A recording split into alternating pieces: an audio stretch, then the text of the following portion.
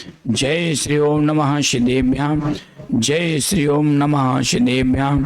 मोक्ष मार्गस्य नेतारम वेतारम कर्मोविदाम ज्ञातारम विश्व तत्वानां वंदे तद्गुण लब्धे। 24 तीर्थंकर भगवंतों की जय। देवादिदेव श्री 1000 श्री शांतिनाथ भगवान की जय। परम पूज्य आचार्य भगवान श्री उमा स्वामी जी महाराज की जय। परम पूजनीय प्रशांत मूर्ति आचार्य भगवान श्री शांति सागर जी महाराज की जय। परम पूज्य गुरुदेव आचार्य श्री सुमति सागर जी महाराज की जय। अहिंसामयी विश्व धर्म की जय। महानुभाव, आज मैं तत्वार्थ शुद्ध ग्रंथ का वाचन और उसकी कक्षा प्रारंभ करता हूं। सर्वप्रथम समझे कि तत्वार्थ सूत्र है क्या। तत्वार्थ सूत्र 7 तत्वों पर लिखा जाने वाला एक लघु समय सार रूप में ग्रंथ है और तत्वार्थ सूत्र में जीव तत्व से लेकर के मोक्ष तक इन सारे तत्वों का वर्णन किया गया है। तत्वार्थ सूत्र ग्रंथ इसलिए इसका नाम बड़ा है कि उन 7 तत्वों को सूत्रों के रूप में आचार्य भगवंत उमा स्वामी जी महाराज ने लिखा है। और मोक्ष शास्त्र इसलिए कहते हैं इस जीव को संसार की यात्रा कराता हुआ जीव के संसार के विषय में संपूर्ण चर्चा करते हुए अंत में मोक्ष तक पहुंचाने में कारण। तत्वार्थ सूत्र ग्रंथ में सूत्र रूप में लिखे जाने वाला यह ग्रंथ है जो पहली शताब्दी का पहला ग्रंथ संस्कृत का ग्रंथ है। इस तत्वार्थ सूत्र के पहले इस प्रकार से संस्कृत भाषा में कोई दूसरा ग्रंथ नहीं लिखा गया था। सर्वप्रथम ग्रंथ है। जैन समाज में चाहे श्वेतांबर हो चाहे दिगंबर हो, दोनों धर्मों में दोनों समाजों में यह प्रमाणित ग्रंथ है। और इस ग्रंथ की महत्ता इस जीव को श्रद्धान कराने में अति महत्वपूर्ण है। आचार्य भगवंत कहते हैं कि वर्ण और पद के बारे में संक्षिप्त रूप से कथन हुआ। अब पदों से निर्मित होने वाला यह सूत्र परिचय से अपेक्षित है। जय धवला में भी सूत्र का लक्षण आचार्य भगवंत वीरसेन स्वामी लिखा है। अल्पाक्षर संदग्धम सारवद गुण निर्णयम निर्दोषम हेतु मतथ्यम सूत्र में तुझते बुधेय। उन्होंने लिखा है कि अल्पाक्षर असंदिग्धम, सूत्र में कम अक्षर होते हैं। तात्पर्य ये है कि इसमें कम अक्षर हो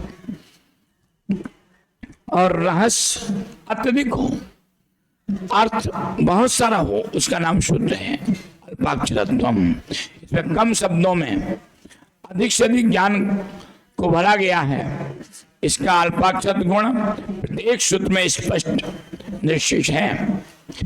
असंदिग्धम, यहाँ केवल ज्ञान गम्य तत्व व्यवस्था को शुद्ध ज्ञान के माध्यम से प्रस्तुत करने पर भी इसमें किसी प्रकार के भी पद में कोई संदेह उत्पन्न नहीं होता है। सूत्र का असंदिग्धतम गुण भी इसी ग्रंथ में सर्वत्र विद्यमान है। सारवत, इसमें तू एवं चे जैसे एकाक्षर या व्ययों का भी प्रयोग व्यापक अर्थ को समाहित किए हुए है। इसमें इस ग्रंथ की सारवत्ता सिद्ध होती है, यानी यह ग्रंथ सारभूत भी है। गुण निर्णत्व, परमाणु कर्मबंध विवेचन जैसे गुणतम विषयों को इसमें निर्णय की शैली में स्पष्ट रूप से प्रतिपादित किया गया है। इसलिए सूत्र का गुण निर्णत्व भी गुण इसमें भली भांति विद्यमान है। निर्दोषत्वम, व्याकरण, कोश, सिद्धांत एवं प्रतिपादन शैली सभी दृष्टियों से यह ग्रंथ दोष मुक्त होने से निर्दोषत्व गुण भी इस ग्रंथ में भली भांति अच्छी तरह से फलित है। हेतुमत्वम, इस ग्रंथ में जितना भी प्रतिपादन किया है वह सहेतुक है। धर्मास्य काया भावात जैसे सूत्र इस ग्रंथ की हेतु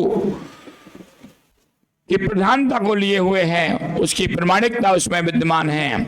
तथ्य परकता, विषय से असंबद्ध और प्रकरण विद्ध एक भी प्रतिपादन इस ग्रंथ में नहीं है।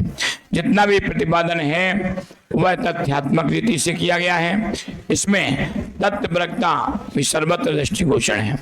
इसलिए हम पाते हैं कि तत्वाशुद्ध ग्रंथ में सूत्र के सभी लक्षण पूरी गरिमामय विद्यमान हैं, भली भांति उसमें घटित हो रहे हैं। इस तत्वाशुद्ध की रचना कैसे हुई इस बात को भी अपन थोड़ा समझ लें। आचार्य भगवंत उमा स्वामी जी महाराज ने एक दिन आहारचर्या के लिए गए हुए थे। उस श्रावक के यहाँ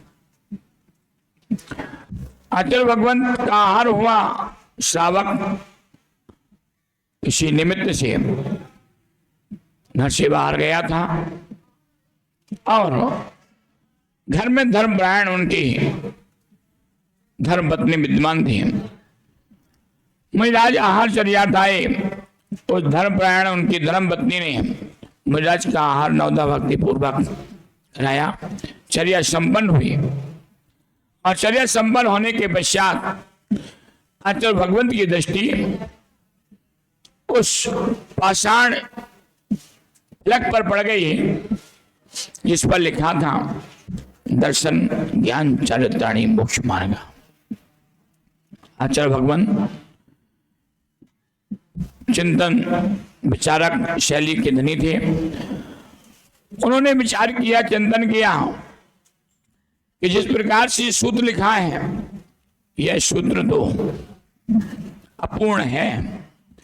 यदि कोई व्यक्ति इस सूत्र के पूर्व मिथ्या जोड़ दे तो मिथ्या दर्शन ज्ञान चारित्राणी मोक्ष मार्ग दर्शन में आ जाएगा, जबकि ऐसा है नहीं। आचार्य भगवंत उमा समन्वय स्वामी ने भी लिखा है सदृष्टि ज्ञान वृत्तानि धर्मम धर्मेश्वरा विदो प्रत्यनिकानि इदं भवन्ति भव पद्धति यदि प्रत्यनिकानि भवन्ति भव पद्धति। यानी सम्यक दर्शन, सम्यक ज्ञान और सम्यक चारित्र यही मोक्ष मार्ग है, यही धर्म है, यही रत्नात्रय है। इसके विपरीत यदि मिथ्या दर्शन ज्ञान चारित्र है तो वह संसार की परंपरा है, संसार की पद्धति है, संसार का मार्ग है। उससे जीवों के संसार की वृद्धि होती है। इसलिए यदि कोई मिथ्या शब्द को जोड़ देता है तो ये विपरीत मार्ग बन जाएगा, इससे मोक्ष मार्ग बनने वाला नहीं है। तो वहीं पर कोयले की डली उन्होंने उठाई और उसके आगे लिख दिया सम्यक। सम्यक शब्द जुड़ते ही साथ वह सूत्र पूर्णता को प्राप्त हो गया। जब वह द्विया एक श्रावक कानपुर होने पर अपने घर आया और उसकी दृष्टि उस पाषाण फलक पर पड़ी, उसमें सुधार आया। अरे वास्तविकता में इस सूत्र को पूर्ण इसने कर दिया। अब इस सूत्र की पूर्णता मुझे प्रतीत हो रही है कि सम्यक दर्शन, सम्यक ज्ञान और सम्यक चारित्र ही मोक्ष का मार्ग है। इसके अलावा सब संसार के मार्ग हैं। ऐसा बोध होते ही साथ उन्होंने अपनी धर्मपत्नी से पूछा, भगवान इस सूत्र में यह सम्यक शब्द इसने जोड़ा। उनकी धर्मपत्नी ने कहा यह सम्यक शब्द एक दिगंबर महाराज जिनका नाम उमा स्वामी जी था, उन्होंने आहारचर्या करने के पश्चात देखा और उनकी दृष्टि पड़ी। उन्होंने तुरंत उस सूत्र को अपूर्ण मानते हुए सम्यक शब्द को जोड़ दिया। वह श्रावक अपने आप को धन्य और सौभाग्यशाली मानने लगा। उसने पूछा कि महाराज आहार करके किशोर गए। उन्होंने बताया तो वह द्वैक श्रावक भी उनके पीछे चल दिया। बंधुओं, ये तत्व सूत्र की रचना का क्रम है और इस क्रम में और भी बहुत सारे तत्व विद्यमान हैं। इसलिए इस तत्व सूत्र ग्रंथ के शुभारंभ को करते हुए सर्वप्रथम मंगलाचरण को संपादित करते हैं। मोक्ष मार्गस्य नेतारम भेतारम कर्म भो वृताम ज्ञातारम विश्व तत्वानाम वंदे तद्गुण लब्धे। क्या कहा? मोक्ष मार्गस्य नेतारम भेतारम कर्म वृताम ज्ञातारम विश्व तत्वानाम वंदे तद्गुण लब्धे। भेतारम कर्म वृताम। अच्छा, भगवंत क्या कहते हैं? कर्म रूपी पर्वतों को भेदने वाले, जिन कर्मों से इस जीव को अपने स्वभाव की प्राप्ति करने में, उस परम ज्ञान को प्राप्त करने में बाधा उपस्थित हो रही है, ऐसे वो कर्म जो घातीय रूप में विद्यमान हैं, उन घातीय रूपी कर्मों को पर्वतों की संख्या दी है। क्योंकि जैसे किसी व्यक्ति को अपने मार्ग से जाने में पर्वत बाधक बन जाते हैं, ऐसे ही इस जीव के लिए अपने उस मोक्ष के मार्ग पर अग्रसित होने के लिए, मोक्ष प्राप्त करने के लिए ये घातीय कर्म बाधक बन जाते हैं। इसलिए उन घातीय कर्मों को भेदने वाले यानी वीतरागी, ज्ञातानाम विश्व तत्वानाम, विश्व के संपूर्ण तत्वों को जानने वाले, केवल ज्ञान प्राप्त करने वाले अर्थात सर्वज्ञ। और मोक्ष मार्ग से नेता, नेता कौन?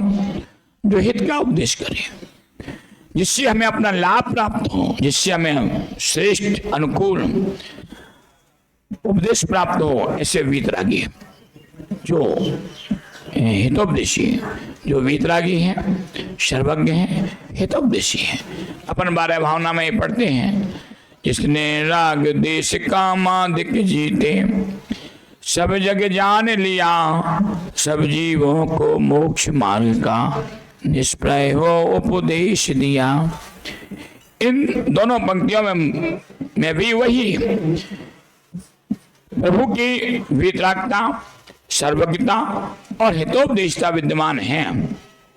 तीर्थंकर प्रभु केवल ज्ञानी संसार के जगत के प्राणियों के लिए हित का उपदेश देते हैं, लेकिन निष्प्रय होकर के, और मैं किसी प्रकार की स्प्रियता नहीं होती, राग द्वेष की प्रवृत्ति नहीं होती, किसी प्रकार का उनके अंदर बोध में राग नहीं होता, किसी के प्रति द्वेष नहीं होता, ऐसे निष्प्रय होकर के वह जगत के प्राणियों के लिए हित का उपदेश देते हैं।